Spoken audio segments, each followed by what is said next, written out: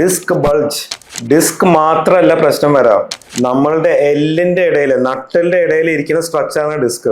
So disk തെറ്റുമേ അധികം നാൾ നമ്മൾ കറക്റ്റ് ആയിട്ട് ട്രീറ്റ്മെന്റ് എടുത്തില്ലെങ്കിൽ അത് ബോൺ, അതായത് എല്ലിനും ബാധിക്കും.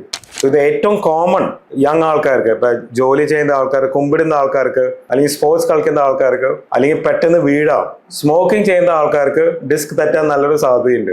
യങ് ആൾക്കാർക്ക് യൂഷ്വലി ബോണിൽ അത് ബാധിക്കില്ല. ഡിസ്ക് നമ്മൾ സർജറി ചെയ്യാൻ കാരണം ആ ഡിസ്ക് തെറ്റുമ്പോൾ ഞരമ്പിന്റെ മുകളിൽ പ്രസ്സിങ് വരുമ്പോഴാണ് ഈ പ്രോബ്ലം വരാം. സോ ഞരമ്പിന്റെ മുകളിൽ നീര് വരാതിരിക്കാനും കൈ അല്ലെങ്കിൽ കാലിന്റെ ബലം പോവാതിരിക്കാനാണ് നമ്മൾ സർജറി ചെയ്യണത്. ബട്ട് പ്രായമുള്ള ആൾക്കാർക്ക് അല്ലെങ്കിൽ സ്മോക്കേഴ്സ്, എസ്പെഷ്യലി സ്മോക്കേഴ്സിന് നമ്മൾ ട്രീറ്റ്മെന്റ് കുറച്ച് വ്യത്യാസമാണത്. വൺ തിങ്, ഇവരുടെ ഡിസ്ക് മാത്രമല്ല തെറ്റിയിട്ടുണ്ടാവുക, അത് എല്ലിനും ബാധിച്ചിട്ടുണ്ടാവും. അങ്ങനെയാണെങ്കിൽ എല്ലിന്റെ ഇടയിൽ തേയ്മാനം കൂടും. സോ പ്രായമുള്ള ആൾക്കാർക്ക് ഡിസ്ക് മാത്രമല്ല എടുക്കുക, നമ്മളെ ഉള്ള എല്ല് കമ്പി വെച്ച് ഉറപ്പിക്കും.